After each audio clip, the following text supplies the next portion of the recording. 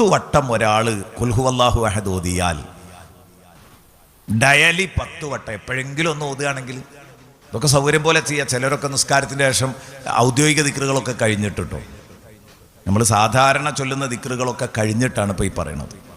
കാരണം അത് അല്ലാതെ ഇങ്ങനെയുള്ള സംഗതികളിലേക്കല്ല പോകേണ്ടത്.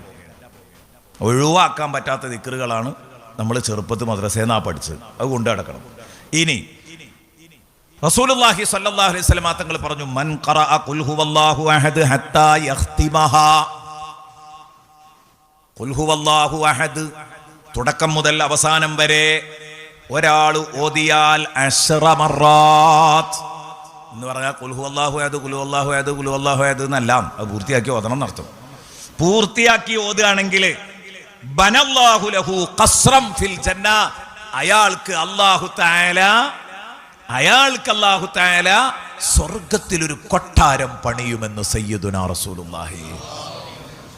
10 വട്ടം ഒരാൾ ഖുൽ ഹുവല്ലാഹു അഹദ് ഓതിയാൽ, ഡയലി 10 വട്ടം എപ്പോഴെങ്കിലും ഒന്ന് ഓതുകയാണെങ്കിൽ, ഇതൊക്കെ സൗകര്യം പോലെ ചെയ്യുക. ചിലരൊക്കെ നിസ്കാരത്തിൻ്റെ ശേഷം ഔദ്യോഗിക ദിക്റുകളൊക്കെ കഴിഞ്ഞിട്ടോ, നമ്മൾ സാധാരണ ചൊല്ലുന്ന ദിക്റുകളൊക്കെ കഴിഞ്ഞിട്ടാണ് ഇപ്പോൾ ഈ പറയുന്നത്.